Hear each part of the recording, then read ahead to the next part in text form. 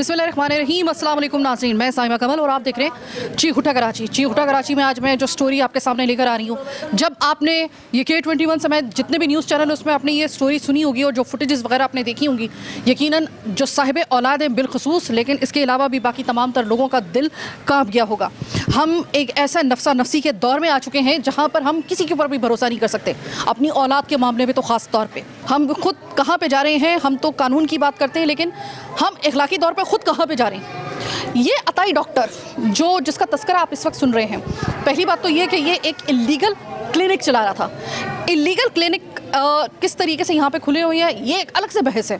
वो अताई डॉक्टर एक illegal clinic चला रहा था, ये तो एक अलग से चैप्टर है, इसको तो अलग से खंगालना चाहिए, इसके ऊपर तो अलग से एक हद लगती है, ये तो एक अलग से कानून का एक चैप्टर खुलता है। लेकिन उस बदबख्त ने एक घर के दो औलादे नरीना, दो बच्चे, दो प्यारे बच्चे, उनको मौत के घाट उतार दिया। ये कैसे हम लोग, किस तरीके से हम लोग अपने आप को अब इंसान कहना शुरू करेंगे? ये इनका नुकसान आप सोचिए कि जिसके ऊपर आप भरोसा करें, आपका जानने वाला हो, कोई ऐसा ना हो कि जो आपके इल्म में हो ही ना कि वो कौन है, कोई नामालूम ना हो, बल्कि मालूम हो आपको कि वो शख्स आपके जानने वाला था और बाद में आपको पता चले उसने आपके बच्चों को मार दिया। कैसा लगेगा आपको? लगेगा, एक हाथ आपके कलेजे पे आएगा ना आपको खुद। लेकिन ये सोचिए कि जिनके घर से ये बच्चे गए हैं उनकी क्या हालत होगी। 4 पैसे अगर हमारे पास आ जाते हैं, गिद्ध की तरह कुछ ऐसे लोग होते हैं कि जो कि नज़रें गाड़ के बैठ जाते हैं। किसी की अगर कोई बाहर से आया है कोई शख्स, उसके पास पता चल गया है पैसा है, किसी की कमेटी खुली है, किसी के घर में अगर बच्ची की शादी है, या किसी के पास कुछ भी थोड़े से अगर पैसे उसके पास हैं या आ गए हैं अचानक, तो गिद्ध जैसे कुछ लोग जो होते हैं वो नज़र गाड़ के बैठ जाते हैं। यही मामला इसी वक्त हुआ। लालच ने उस आदमी को इंसान से हैवान बनाया। उसने 2 जीते जागते मासूम बच्चे जो इस घर के चश्मो चिराग थे उनको मार डाला। ये तस्वीरें जिस वक्त आप मेरे स्क्रीन के ऊपर इस वक्त गालिबन देख रहे होंगे, ये इन बच्चों की हैं। और अभी हम लोग जा रहे हैं अहले इलाका, इनके घर वालों के पास। ज़रा देखिए कि जिस घर के 2 चिराग बुझा दिए जाएं किसी बदबख्त के हाथों, उस घर में कैसा मातम होता है, किस तरीके से वो नोहक कना होते हैं, और किस तरीके से अब सिर्फ ये पूछना चले गए बच्चे, वो अब क्या चाहते हैं? क्योंकि देखिए कि वो इनका जानने वाला ज़रूर था। क्या अब इस वाक़े के बाद से ये जो अहले इलाका हैं बाकी अपने बच्चों को लेकर अब कंसर्न है? क्या इन्होंने इस वाक़े से कोई सबक हासिल किया? इससे कितना ये हिरासा हुए हैं? तमाम चीज़ें आज आप मेरे प्रोग्राम में देखने वाले हैं, मेरे साथ रहिए। मैं अब उस बाप से बात करने के लिए जा रही हूँ और इस वक्त एक छोटी सी बच्ची मेरे साथ मौजूद है। ये बच्ची उन दोनों भाइयों की बहन है। अब मैं इस बाप से क्या बात करूँ, मुझे समझा दीजिए कि वो अल्फाज कहाँ से लेकर आने हैं। सिराज भाई, मोहम्मद सिराज भाई, मैं किन अल्फाज से आप आगाज़ करूँ जिस बाप के एक साथ 2 बच्चे और वो भी औलादे नरीना छीन लिए गए हो? मुझे नहीं समझ में आ रहा कि मैं आपसे ताज़ियत के कौन से ऐसे अल्फाज इस्तेमाल करूँ। मुझे सिर्फ ये बताइएगा, क्या आपको उस बदबख्त पे कभी यकीन था कि वो शख्स ऐसा कर सकता है? मुझे यकीन नहीं था। ये 4-5 दिन पहले मेरा घर आया था। पहले भी मेरा बेटा को जो है परिंदा जो तोता है वो लेके एक दफ़ा दिया था। बोला मामू, रिश्ते में मामू बुलाता था, मामू सका नहीं था दूर से। ये 10-12 साल से मेरा फैमिली का जो इलाज वगैरह होता है, डीप वगैरह होता है, जो फैमिली डॉक्टर होता है, इस पर हमें भरोसा था। फिर ये जब 4-5 दिन पहले घर आया, घर जाते हो बच्चों ने बोला मामू मेरा वो तोता जो आपने ला के दिया था उड़ गया, अभी दोबारा ला के देना। बोला मैं इतवार को लेकर आऊँगा। जब इसने इतवार का बताया बच्चों को, इतवार को छुट्टी था बच्चों का, वहाँ पे जाके क्लियरिंग गया। क्लियरिंग पे जब गया तकरीबन 2:30 बज गया। मैंने उसको कॉल करा, मैंने कहा बच्चा किधर है? पहले कह रहा था मेरे पास नहीं है बच्चा। फिर दोबारा मुझे खुद फ़ोन किया, कह रहे बच्चा इधर ही है। फिर मैंने ये बेटी को भेजा था, ये वाला, मैंने कहा आप भाई को लेकर आओ। जब मेरा ये बेटी गया वहाँ कहने लगा अभी तक तोता नहीं लाया, ये बच्चा लोग अभी यहाँ आराम कर रहे हैं, आप चले जाओ, मैं तोता लेके बच्चों को घर छोड़ दूँगा, आप चले जाओ। इतना देर में फिर मुझे मेरा घरवाले को 5:30 बजे उसने फ़ोन करा, कह रहे बच्चा तो यहाँ से 4:30 बजे चले गया था। कितना दूर है उसका घर? करीब ही 3 मिनट का रास्ता, यहाँ अगला गली, सामने वाला गली है। कह रहे बच्चा तो 4:30 बजे यहाँ से निकल चुका था, बच्चा घर पहुँचा नहीं। मैंने कहा नहीं यहाँ तो नहीं आया। मैं फिर सब जगह तलाश करता रहा, कहीं भी नहीं मिला। फिर मैं दोबारा इसके पास गया हूँ, वो मेरे साथ ढूंढने के लिए मेरे साथ शामिल हो गया। वो भी ढूंढ रहा था। 1-2 बच्चों को भी बोला यार, दोनों बच्चों को नाला में आ गए पीछे। फिर हम ढूंढने में लग गया। फिर इतना देर में एक हम लोग नजबी के पास गया, वो भी मेरे साथ साथ थे। उसने कहने लगा ये बच्चा रिश्तेदार के पास इधर ही है ना। फिर इतना देर में 8:30 हो गया। मैंने कहा यार अब तो अंधेरा हो गया, अभी तो रिपोर्ट करवाना पड़ेगा। मैंने 15 में कॉल करा, उन्होंने कहा थाना में चले जाओ। जब हम थाना गया, थाना वाला को बताया सारा स्टोरी। मैंने कहा, थाना वाला ने कहा आपको शक है किसी पे? मैंने कहा शक है भी नहीं भी। मैंने कहा है इसीलिए है 4:30 बजे अगर बच्चा मेरा निकला, इससे 5:30 बजे मुझे क्यों कॉल करा? एक बात। दूसरा बात, इसने जो परिंदा वाला को बोला परिंदा लेकर आ रहे, मैंने फ़ोन किया, मैंने कहा उसका नंबर दो, कह रहे परिंदा वाला का नंबर नहीं है। ऐसा जब बोला मुझे शक हो गया। मैंने कहा ये तो फिर पक्का है। मैंने फिर थाना में मैंने पुलिस को बोला, मैंने कहा इसको अब जो है ना आप पूछताछ करना शुरू करो, इस पर शक है अभी मेरे को। क्यों? इसने मुझे कहा था परिंदा लेने के लिए, मैंने बंदा भेजा, फ़ोन किया, परिंदा आएगा मैं बच्चों को घर छोड़ दूँगा। आप ये कह रहे परिंदे वाला का नंबर मेरे पास नहीं है। मैंने कहा परिंदा आया, लाया था नहीं लाया था, मेरा उससे बात कराओ। जब इसने बात नहीं करवाया मेरे को शक हो गया। इतना देर में मैंने पुलिस को बताया, मैंने कहा आप इसको। फिर उसने 3 बंदों का नाम लिया। वो बंदा जेनियन नहीं था जो नाम ले रहा था। कह रहे खट्टा मार्केट में बच्चा मैंने रखा हुआ, वहाँ जाके बच्चा बरामद नहीं हुआ। बरामद ना होने का स्रोत में बरामद जब नहीं हुआ, फिर ये 3 बंदा को उठा के लाया। वो 3 बंदा जो है इससे पैसा मांग रहा था, तकरीबन 23 लाख रुपए, इसीलिए उनको फंसा रहा था। अच्छा, ये मुझे बताएं कि आप क्या काम करते हैं और उसको क्यों ये यकीन था कि उन बच्चों को अगवा करके वो अपने मकासद आपसे पूरे कर सकता है? मेरा पीछ का कारोबार है। अच्छा। फैमिली मीटर एक दूसरा को तो आपको पता है ना, हाँ। बैकग्राउंड उनका पता होता है। जो भी ऐसा हादसा कर तो अपने ही बंदा करता, क्यों उनको ज़्यादा मालूमात होता है। दूसरा, जब मैंने ये बात किया, उनको बंदा को उठा के लाया, मैंने कहा ये तो बेकसूर है, इनको छोड़ दो। फिर वो बंदों को छोड़ दिया। छोड़ने के बाद मैंने कहा इससे दोबारा आप पूछताछ करो। फिर दोबारा जब पूछताछ किया, उस टाइम मैंने कहा 3:45 हो गया था। फिर वो क्लियरिंग बिल आके उसने बोला बच्चा यहाँ ही मैंने रखा था, वहाँ से फिर बरामद हुआ, एक्सपायर हुआ था बच्चा। दोनों बच्चे एक्सपायर हुए? दोनों बच्चे एक्सपायर हो गया। मैं अभी हुकूमत सिंध से, उजराला से भरपूर अभी जो एक्शन होना चाहिए था, जो हुकूमत सिंध का अभी तक मुझे वो एक्शन अभी तक नज़र नहीं आया। वो इसलिए नज़र नहीं आया, थाना तो कपट कर रहा है, हमारा पास अभी तक बड़ा सतह पे कोई आया नहीं। मैं एडिशनल आईजी से, तमाम एजेंसी से,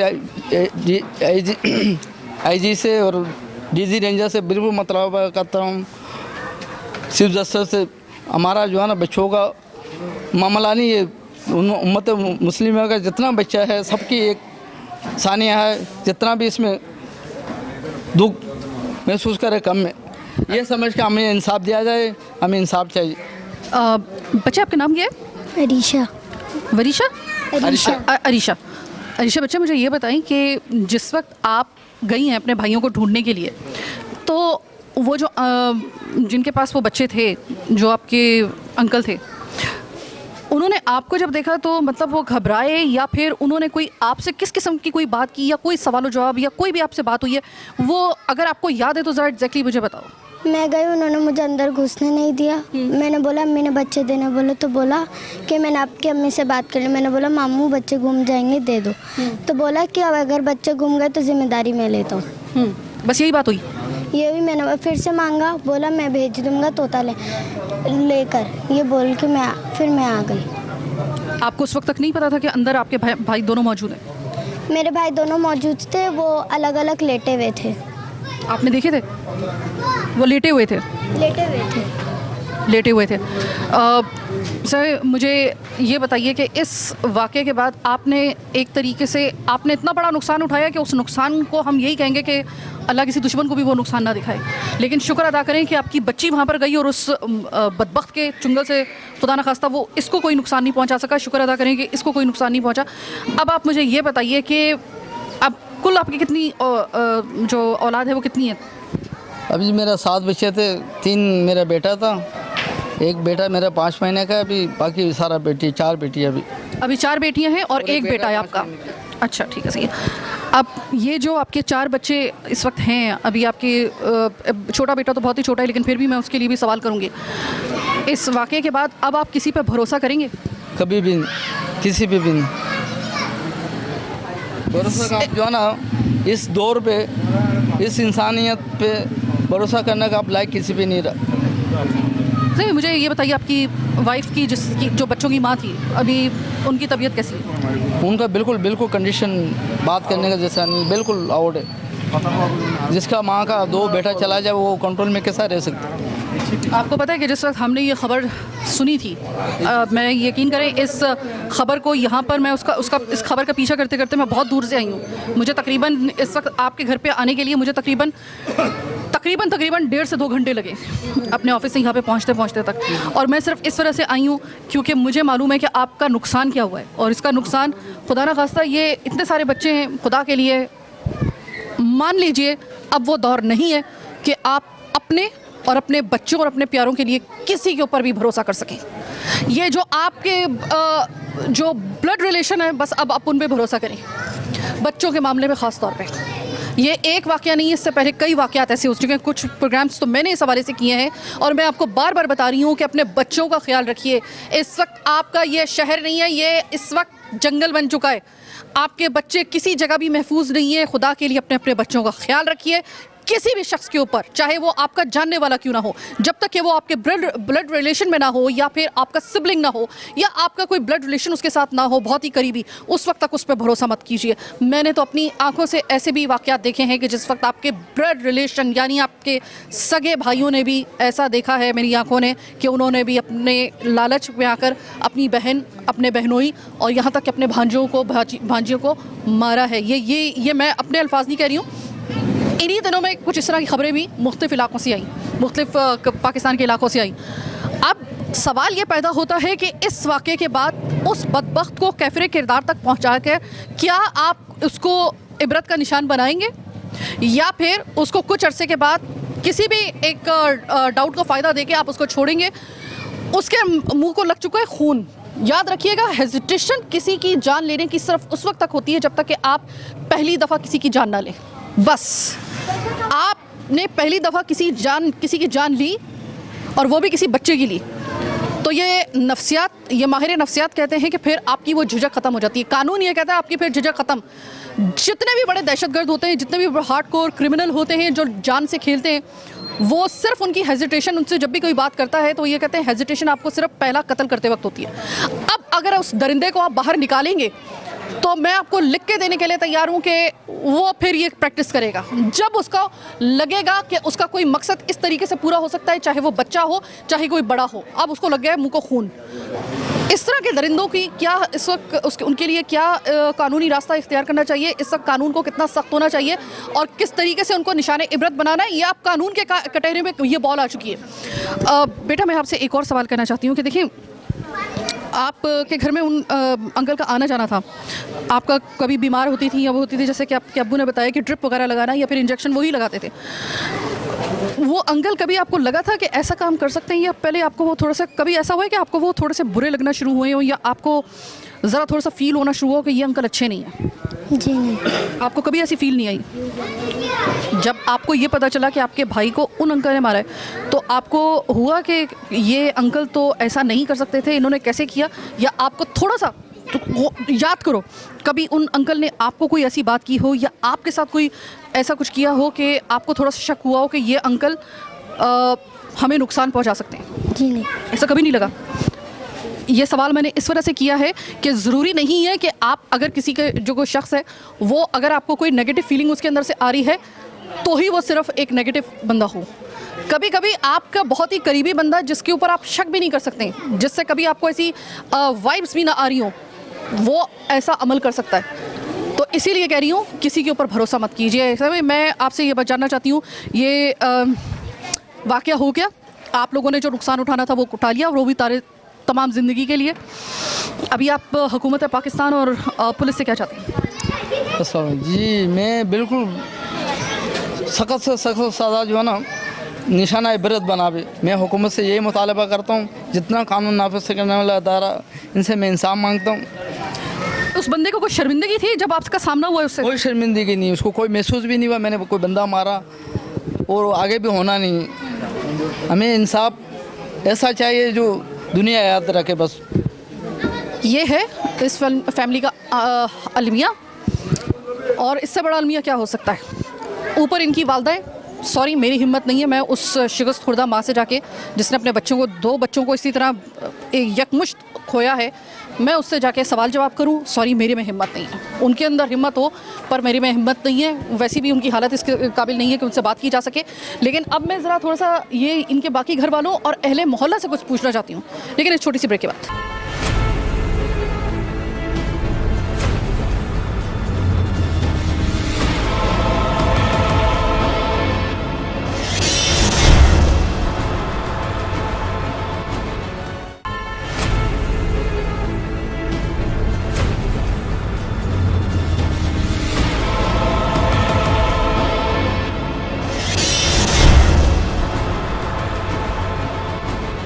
जनाब यहाँ पे मैं कुछ लोगों से मज़ीद बात करूँगी।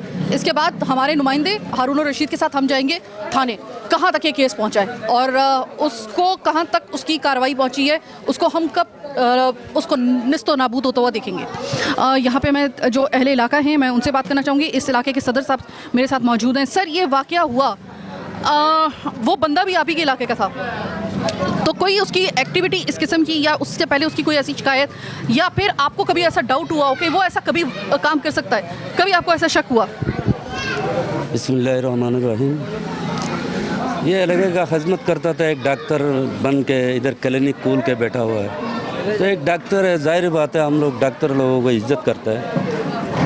अच्छा सर, मैं यहाँ पे ये बात करना चाहूँगी कि अताई डॉक्टर था और गलत क्लिनिक चला रहा था। सर वो आपके इलाके के अंदर चला रहा था, तो मेरे ख्याल में कि आपको तो उसको वैसे ही फेंक देना चाहिए था उस इलाके से बाहर निकाल के। अभी कानून ऐसे हमारे हर कोई बैठ के डॉक्टर बन जाता है, हर कोई बैठ के इलाके में, आपको पता है इलाके वालों को पता है 2 नंबर आदमी था।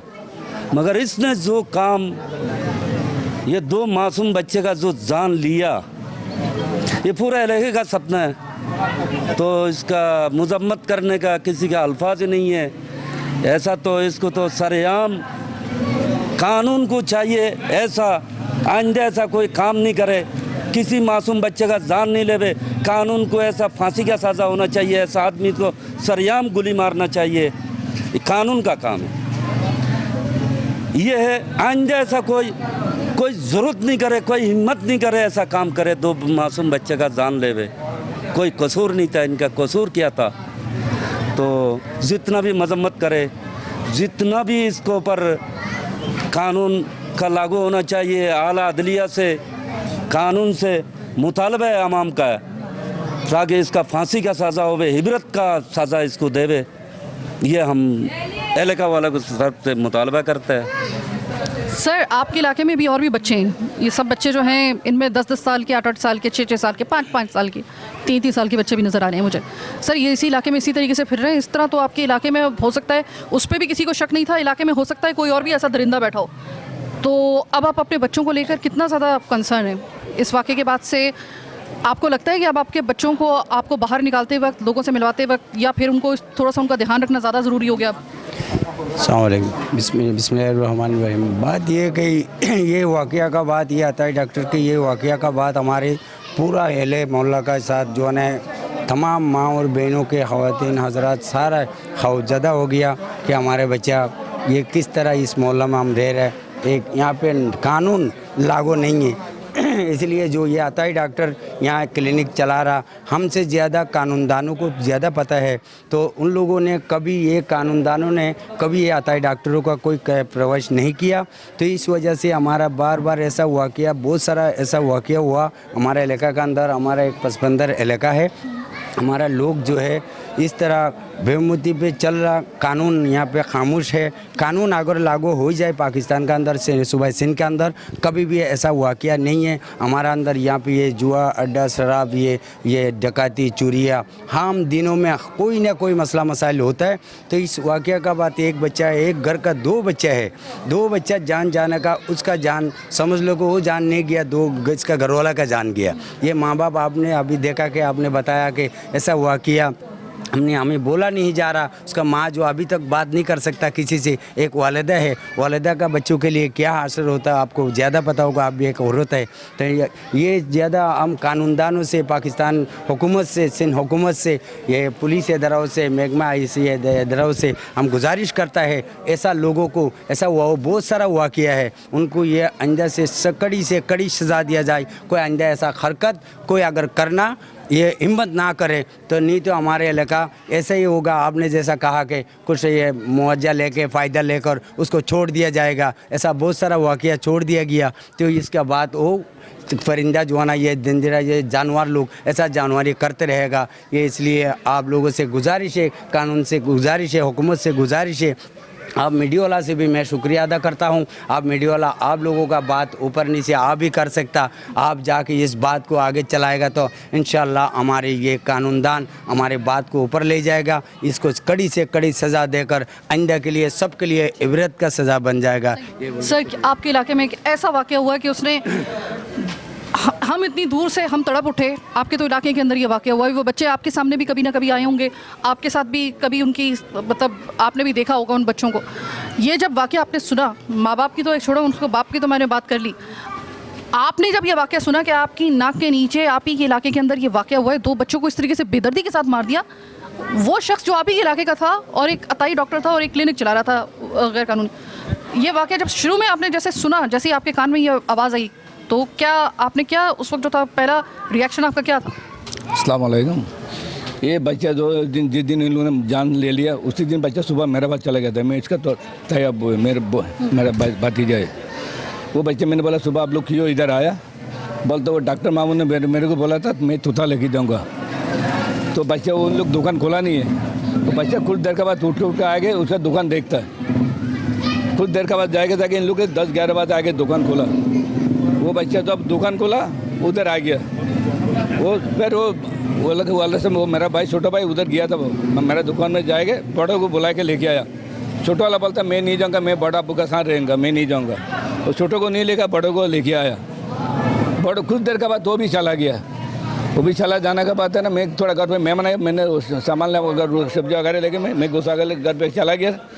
वो बच्चा दुकान से इन लोग के पास वो चला गया। आने के बाद बच्चे को उन लोगों ने शाम को मैंने घर पे मेरे को फ़ोन आया था, बोलता ये बच्चा गुम हो गया था। मैंने घर पे 2 दिन बैठा है, वो बच्चे को मैंने फिर बोला उधर तलाशी लो। वो इन लोग ने परिंदा ने क्या कर हम लोग को आगे जाके उन लोग बच्चे को देख रहे, वो हम लोग देखते कोई फकीर के पास जाता वो हमारा आगे चला जाता, हम लोग किसी के पास जाता वो आगे चलता, हम लोग ऐलान करना चाहता वो आगे चला जाता। ये बच्चे को इन लोग ने उधर अंदर मार छुपा के देश का अंदर घुसा के रहा।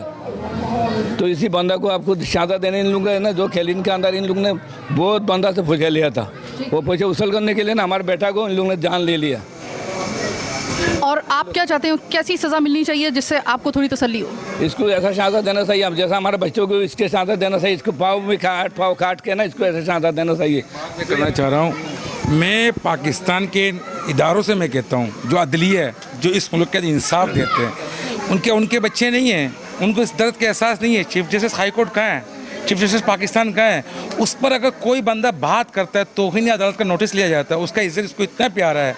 आज पाकिस्तान के शहर कराची के अंदर 2 बच्चे को एक दर्दनाक तरीके से कत्ल किया गया, दिल दहल गया हर एक इंसान का, चाहे वो काफिर भी हो, इंसान तो है ना। तो आज हमारे अदालतें कहाँ हैं? सोमोटो क्यों नहीं लेते ये लोग? यही तो वक्त है सोमोटो लेने का। आज अगर ये सोमोटो लेते तो फिर जाके मसले का हल निकलता। पाकिस्तान के जो इदारे वो कहाँ हैं आज? क्यों हमारे बच्चे, क्या हम इस मुल्क के बासी नहीं है? क्या हम इस मुल्क के शहरी नहीं है? इस मुल्क में हमारा कोई हैसियत नहीं है? हम तमाम चैनल के जरिए मैसेज दे रहे हैं, लेकिन क्यों नहीं लेते हमें सोमोटो हमारे बच्चों का? आपको थोड़ा सा इस बात के ऊपर शिकवा है कि अभी तक कोई और मामला होता तो इसके ऊपर नोटिस हो जाता, लेकिन अभी तक आपके 2 बच्चे फूल जैसे जो है वो ले लिए गए, छीन लिए गए, और अभी तक उसके ऊपर कोई नोटिस नहीं हुआ। क्यों नहीं लिया? इदारे क्यों नहीं लेते हैं? इस बात का आपको शिकवा है? बिल्कुल शिकवा है। मैं पुलिस के पास जब पुलिस कोऑपरेट कर रहा है, लेकिन पुलिस अगर हमारे साथ कोऑपरेट कर रहा है तो मुलजिम के साथ भी कर सकता है, लेकिन अगर इदारे अदालतें अगर सोमोटे ले तो मसले का कुछ ना कुछ हल निकल सकता है, क्योंकि ट्रायल होगा तो फिर काम होगा ना। इसमें अदालतें क्यों चुप बैठे हैं? क्या ये मीडिया के जरिए से कि ये लोग नहीं देख रहे ये चीज़ें? इनको शर्म आना चाहिए। इनको सोमोटो लेना चाहिए। मेरा इनसे रिक्वेस्ट है कि इनको फुल फोर्स सोमोटो ले ताकि मसले का हल निकले। इस चीज़ का शिकवा है आपको कि आपको बिल्कुल बिल्कुल बिल्कुल बिल्कुल हुकूमत को चाहिए, सिंध हुकूमत को चाहिए पूरा नोटिस लेवे। ये जो जिसने जो ये वाक़या किया उसको सारे यहाँ खुला चौक में लेके आके उसको फांसी में लटकावे और लोगों से जो उसको जो है इस तरह तजिया देवे कि मतलब समझ लो उसको ज़िंदगी में एहसास हो। दूसरा करने वाला जो है इतना सोचे कि मतलब समझ लो आइंदा जो ऐसा सोचे कि मतलब समझ लो हमारे साथ भी वाक़या हो सकता है, मतलब समझ लो। सही है। आवाम को इस बात का शिकवा यहाँ की कि अभी तक इस वाक़े के बाद कोई हाई ऑफिशियल इस घर के या फिर इस बाप से या इन माँ बाप से और इस अहले इलाका से बात करने के लिए नहीं आया। यानी यहाँ पे इस वाक़े के बाद इतना बड़ा वाक़या हो गया। ये अगर हम मतलब ठीक है काफ़ी दूर है, लेकिन अगर हम आ सकते हैं ना तो यहाँ पर किसी के लिए भी आना बहुत आसान काम है। इस इलाके वालों को ये शिकवा है कि इस वाक़े के बाद कोई झूठे मुंह जो है वो अभी तक किसी भी हाई ऑफिशियल ने इस जगह का रुख नहीं किया। ये मीडिया में जो आ गया सो आ गया। अगर ये मीडिया में भी ना आता तो ये इधर ही घुट घुट के मर जाते पूरी ज़िंदगी। ये तो शुक्र करें कि मीडिया ने इसको अपनी आँख से आपको दिखा दिया, वरना यकीन मानिए ये बाप और ये माँ ये घुट घुट के मर जाते। इनको कभी इस हवाले से किसी को ख़बर ना मिलती। अगर ये एक वो दौर होता कि जिस वक्त आप तक ख़बर की रसाई जो थी वो इतनी आसानी से नहीं होती थी, इन खबरों को ज़्यादा लिफ्ट नहीं करवाई जाती थी, तो यकीन मानिए कि ये फिर आपको पता भी ना चलता कि कराची में इतना कभी एक केस हो चुका है, ये वाक़या हो चुका है। बात वही वाली है कि यहाँ पर अगर इस वाक़े के बाद किसी किस्म की देखिए, अगर अभी तो हम जा रहे हैं अपने नुमाइंदे के साथ, अब हम जा रहे हैं इस इलाके का जिन SHO के पास ये केस गया है, हम उनसे बात करने के लिए जा रहे हैं कहाँ तक कार्रवाई पहुँची है। हो सकता है कि मीडिया के प्रेशर के बाद हो सकता है ये कार्रवाई थोड़ी सी तेज़ हो जाए। हम तो अपना फ़र्ज़ निभाएं। हमारे नुमाइंदे हारून और रशीद हमारे साथ प्रोग्राम के अगले हिस्से में होंगे और हम जाएंगे अब थाने। कहाँ तक ये केस पहुँचा है, इस केस का लग रहा है हमें कुछ देखने दें कि कहाँ तक ये केस पहुँचा, कहाँ तक इसकी परतें खुली हैं, कितना मज़ीद इनको इंतज़ार करना पड़ेगा इंसाफ के लिए, या फिर मुझे माफ़ कर दीजिएगा कि हो सकता है कि ये फिर शायद इनको इस बात के लिए भी तैयार करना हो कि भाई इंसाफ के लिए अभी आपको एक पूरी आपकी नस्ल जो है ना वो शायद मुंतज़िर रहेगी। कहीं ऐसा ना हो कि इस केस का फ़ैसला उस वक्त हो जिस वक्त ये जो छोटी बच्ची थी ये शादी करके अपने बच्चों को खिला रही हो, तब इसके दोनों भाइयों को कोई फ़ैसला आ रहा हो। इतना ज़्यादा टाइम मत लीजिएगा। अहले इलाका बहुत ज़्यादा सरापा एहतजाज है। चलते हैं थाने, देखते हैं कहाँ तक केस पहुँचा है।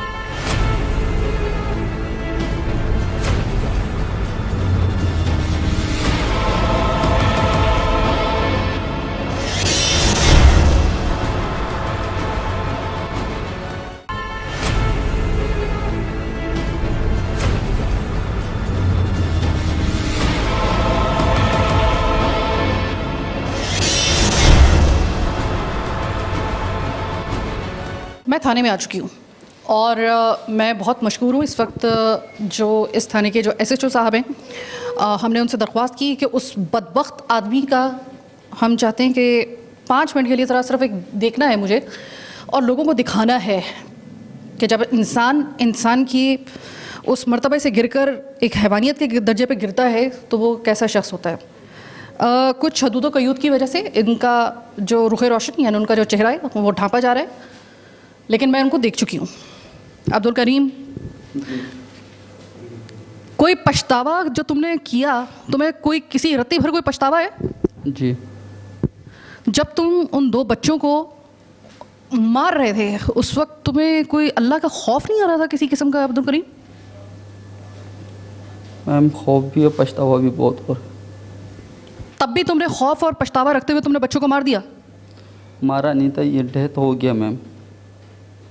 तुम्हें अंदाज़ा था कि वो इतने मासूम बच्चे हैं कि जिस जगह पे तुम उनको भींच के रख रहे हो वहाँ पर उनकी खुदा न खास्ता मौत हो सकती है? क्या तुम्हें इतना भी अंदाज़ा, कहने को तुम अपने आप हो तो खैर अताई, लेकिन तुम कहने को तो एक क्लिनिक चलाते थे ना, तुम्हें अंदाज़ा नहीं था इस बात का बच्चों की जान जा सकती है इस तरह? मैम वो आधा 1 घंटे का कहानी था, लेकिन वो रात ज़्यादा हो गया, 3 बजे जाके ये निकाला, इसी वजह से ये डेथ हो गई। अच्छा अब्दुल करीम, एक बात बताओ, मैं पता है इतनी दूर से सफ़र करके मुझे बिल्कुल शौक़ नहीं है तुम्हारे जैसे आदमी से मिलने का, लेकिन मैं सिर्फ ये देखना, एक सवाल सिर्फ मुझे यहाँ पे लेकर आया, वो कौन सी ऐसी लालच थी कि तुम्हें इंसान के दर्जे से गिराकर हैवान से भी नीचे एक दरिंदे तक उस दर्जे तक गिरा दिया, वो कौन सी ऐसी लालच थी? तुम मतलब जिस वक्त तुम ये काम कर रहे थे, अंदर से तुम्हें कोई रोक नहीं रहा था, तुम्हारा ज़मीर रोक नहीं रहा था, तुम्हें अंदाज़ा नहीं था? तुम्हारे अपने बच्चे में से ये बताओ। मेरा एक बेटा 8 साल का। तुम्हें अपना बेटा नज़र नहीं आ रहा था उन बच्चों की सूरत में? बिल्कुल नज़र आया मैम, उनको सिर्फ़ और सिर्फ मैंने नशे जो है ना मेडिसिन वो दूध में पिला, लस्सी में बनाकर पिलाया था। वो तब भी शाम के टाइम भी बच्चे ठीक थे, सांसों का सब कुछ सही चल रहे थे, सब ठीक थे। लेकिन वो जब रात ज़्यादा होने से वो गर्म ऑक्सीजन ना मिलने की वजह से ये डेथ हो गया, अकड़ गए बच्चे। देखो अब्दुल करीम, मैं अगर अपने घर में कोई बिल्ली का बच्चा भी रखूँगी ना, तो मुझे ये पता होगा कि अगर मैं उसको इस हालत में रखूँगी ना, तो खुदा ना खास्ता इसकी जान को ख़तरा हो सकता है। वो 2 इंसान के बच्चे थे, और वो इंसान के बच्चे थे जो तुम्हें मामा मामा कहते थे, मामू कहते थे ना तुम्हें। तो तुम्हें अंदाज़ा नहीं हुआ कि इस तरीके से अगर मैंने वो बच्चे जो मुझे मामू कहते हैं, मैं जो ये काम कर रहा हूँ, अव्वल तो तुम्हारी दिमाग तुम्हारा घूमा कैसे था? तुम्हारे मतलब सोच में ये बात आई कैसे थी कि मैं इन 2 मासूम बच्चों को मैं अगवा कर लूँ, तो फिर मैं अपने मकासद तक सिर्फ चंद पैसों की लालच में मैं उन मकासद को हासिल कर सकता हूँ? ये तुम्हारे दिमाग में ये सोच आई कैसे थी? आई थी या लाई गई थी? नहीं, ये आई थी दोपहर के टाइम कि मुझे जो है ना किसी को 22.5 लाख रुपया देना था, और उन्होंने मुझे तकरीबन 1 महीना पहले वीडियो बनाया था मेरा, दोनों ने मिल के। तो वीडियो इस तरीके से बनाया, पैसे मांगते थे कम लेकिन अमाउंट लगाया ज़्यादा, 22.5 लाख का। तो इन लोगों ने ऐसा टॉर्चर, मेरे को ऐसा जहनी टॉर्चर बना दिया था। आए दिन वही टॉर्चर, आए दिन जहनी टॉर्चर, आए दिन जहनी टॉर्चर। कभी ये मसला, कभी वो मसला, कभी दिन जलील वो ख्वार करा था, कभी फ़ोन में गाली गलोच, कभी मैसेज में गाली गलोच। बहुत ज़्यादा प्रेशर मेरे को इन लोगों ने डाला हुआ था मेरे सर के ऊपर, जिसका बदला तुमने उन 2 बच्चों से ले लिया। मगर मैं बच्चों को डेथ मतलब मारने का कोई वो नहीं था मेरे को, सिर्फ़ और सिर्फ ये तो कहता कि बच्चा ज़िंदा था, मुझे ये कैसे उनको उससे ब्लैकमेल करके कुछ अमाउंट लेकर उनको देना था। लेकिन ये नहीं पता था कि बच्चा डेथ हो जाएगा। फिर रात को पता चल के बच्चा डेथ हो गया। अच्छा, जब पता चल गया कि बच्चे मर गए, सच बताओ तब तुम्हारी क्या हालत थी? उस टाइम तो मैं मेरे तरह ज़मीन चाहिए किसी ये मगरमच्छ के आंसू नहीं बहाओ। बंदे को पता होता है कि उसने क्या काम किया है। अब अगर तुम आंसू रोगे भी ना, 2 आंसू बहाओगे भी ना, तो यकीन मानो कि वो उन आंसुओं के मुकाबला नहीं कर सकता जो उसके माँ इस वक्त बहा रही है, या उसका बाप बहा रहा है, या उसकी वो बहन बहा रही है। अच्छा, तुम अपने लिए मुझे ये बताओ कि इस वाक़े के बाद अब तुम क्या चाहते हो? तुम्हारे साथ क्या सलूक किया जाए? एक तो आखिरत में भी माफ़ नहीं है, अल्लाह की तरफ से भी माफ़ी नहीं है, और कानून तो उसमें जो सज़ाए मौत देगा और कुछ नहीं हो इसके अलावा। एक गलत सोच, एक गलत इरादा, आज तुम्हें खुद तुम कह रहे हो कि मुझे मौत की सज़ा मिलेगी, मुझे पता है, जबकि तुम्हारा दिल अभी भी ये कह रहा हो कि अल्लाह करे कि ये बला टल जाए। लेकिन तुम्हें कहाँ तक ले आया? तुम्हें अंदाज़ा हुआ कि एक गलत सोच एक गलत इरादे को परवान चढ़ाती है, और एक गलत इरादा आपको इस दहलीज तक ले आता है। जी बिल्कुल। तुम्हें सिर्फ मेरे 3 सवाल, तुमको चकरा दिया मेरे 3 सवालों ने। तुम चक्कर खा के कभी इधर डोल रहे हो, कभी उधर डोल रहे हो। तुम सोचो कि उन बच्चों की क्या हालत हुई होगी जिनको तुमने इतनी बेदर्दी के साथ उनको घोट के उनका सांस मारा होगा, उनकी क्या हालत हो रही होगी। अब एहसास हुआ तुम्हें? बिल्कुल मैम, एहसास हुआ। ज़िल्लत कैसी लग रही है इस वक्त? मेरी मजाल ना होती मैं तुमसे ऐसे अल्फाज से बात करती अगर तुमने ये काम ना किया होता। अपनी ये ज़िल्लत कैसी लग रही है तुम्हें? इससे बुरी ज़िल्लत और नहीं है। एक ऐसा अमल जिसको साहिब औलाद ही नहीं, सिर्फ जो भी इंसानियत से वास्ता रखने वाला कोई भी शख्स होगा, वो इस वाक़े को एक रोंगटे खड़े कर देने वाले वाक़े के हैसियत से याद रखेगा।